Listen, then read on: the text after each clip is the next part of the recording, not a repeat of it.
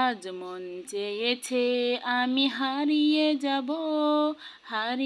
যাব আমি তোমার সাথে সেই অঙ্গীকারের রাখি পরিয়ে দিতে কিছু সময় রেখো তোমার হাতে। আজ মন চেয়েছে আমি হারিয়ে যাব তোমাদের সাথে। আসসালামু আলাইকুম, কেমন আছেন সবাই? আশা করছি সবাই ভালো আছেন। আমিও আল্লাহর রহমতে অনেক ভালো আছি। আর শুরুতে আমি আপনাদেরকে একটু গান শোনালাম। গানটা কেমন লেগেছে কমেন্টে অবশ্যই জানাবেন। আর অবশ্যই আমার চ্যানেলটি সাবস্ক্রাইব করে দিবেন। আমার পুরো ভিডিওটি এবং গান এবং আমার উপস্থাপনা যদি আপনাদের ভালো লেগে থাকে অবশ্যই আমাকে সাপোর্ট করবেন। আর আমার চ্যানেলটি সাবস্ক্রাইব করে দিবেন, লাইক কমেন্ট শেয়ার করে দিবেন, পাশে থাকা বেল বাটনটি অন করে দিবেন যেন সমস্ত নতুন ভিডিও ছাড়ার সাথে নোটিফিকেশন আপনার ফোনে চলে যায়। তো আজকে শুরুতেই সকালের নাস্তার জন্য আমি এই যে কাঁঠাল উঠাই নিচ্ছি। আর এই কাঁঠালটা আমাদের বাড়ি থেকে নিয়ে আসা হয়েছে, অনেক টেস্ট। আর গ্রামের কাঁঠাল, কোনো ফরমালিন দেয়া নাই, কিছু নাই। আর এই যে আমি পেঁপে ভাজি করে নিচ্ছি সকালের নাস্তার জন্য। পেঁপেটা আমার অলরেডি ভাজি করা হয়ে গেছে, এটা আমি আপনাদের সাথে শেয়ার করিনি। পেঁপে ভাজিটা আমার খুবই খেতে ভালো লাগে, বিশেষ করে রুটির সাথে বেশি ভালো লাগে।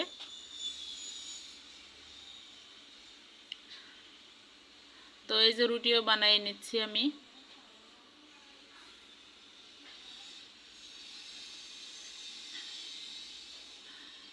এখন বাজে সকাল 7:30। 7:30টার সময় আমি সকালের নাস্তা রেডি করছি। দেখেন কত সুন্দর আমার এই রুটিটা ফুলে উঠবে। এই যে দেখেন কি সুন্দর ফুলে উঠেছে। প্রত্যেকটা রুটি আমার ফুলে আমার খুবই ভালো লাগে। এই যে আমি একটু বেশি সেঁকে নিচ্ছি, একটু লাল লাল হয়েছে, এটাই খেতে বেশি ভালো লাগে এই জন্য। তো সকালের নাস্তা শেষ করে এবার আমি দুপুরের রান্নায় চলে আসলাম। আমি তেলের মধ্যে প্রথমে জিরা ফোড়ন দিয়ে দিয়েছি, তারপরে মরিচ, পেঁয়াজ আর রসুন দিয়ে দিলাম। আমি এখন মিষ্টি কুমড়া ভাজি করব। মিষ্টি কুমড়া ভাজি খেতেও আমার অনেক ভালো লাগে। এটা ভাতের সাথে কিংবা রুটির সাথে দুইভাবেই খাওয়া যায় এবং খুবই সুন্দর লাগে। আর মিষ্টি কুমড়া অনেক উপকারী একটা সবজি। জানি না আমি আপনাদের সামনে কতটা ভালোভাবে উপস্থাপনা করতে পারি সমস্ত কিছু। আমি যদি ভুল ত্রুটি করে থাকি আমার এই কথা বলার মধ্যে কিংবা রান্নার মধ্যে, তাহলে প্লিজ আপনারা অবশ্যই ক্ষমা সুন্দর দৃষ্টিতে দেখবেন। তো কারেন্ট চলে গেছিলো, এই জন্য আমি ফ্ল্যাশ লাইটটা চালু করে দিয়েছি, দিয়ে এই যে রান্না করছি। মিষ্টি কুমড়াটা অলরেডি আমার ভাজা হয়ে গেছে, আমি একটু পরেই নামিয়ে ফেলবো। অনেক সুন্দর একটা কালার আসছে, ব্রাউন কালার চলে আসছে, দেখেন কত সুন্দর কালার। খুব টেস্ট হয়েছিল মিষ্টি কুমড়া।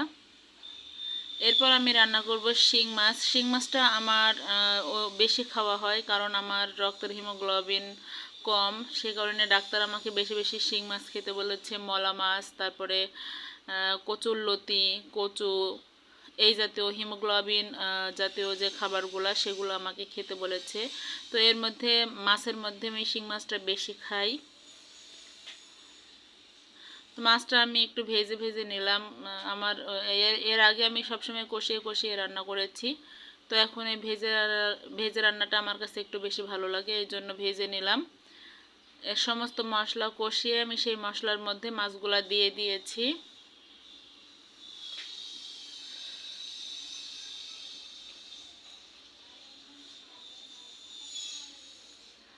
মাছগুলো কষানো হয়ে গেছে, এবার আমি হালকা পরিমাণে ঝোলের পানি দেব। আমি বেশি ঝোল করব না, এই জন্য।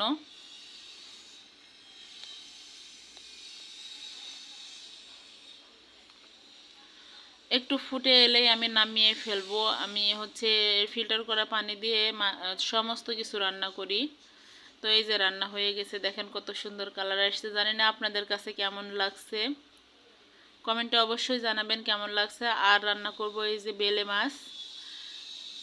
আমরা এটাকে বেলে মাছ বলি, আপনারা কি মাছ বলেন জানি না, একটু জানাবেন। মাছটা আমি সুন্দর করে ম্যারিনেট করে রেখেছিলাম। মরিচ, তারপরে হচ্ছে মরিচের গুঁড়া, হলুদের গুঁড়া, জিরা বাটা। আমি কোনো রসুন দেইনি। মাছে রসুন দিলে মাছটা অতটা টেস্ট লাগে না, এই জন্য আমি মাছে ম্যাক্সিমাম টাইম আমি হচ্ছে রসুন দিই না। তো ধন্যবাদ সবাইকে। আসসালামু আলাইকুম।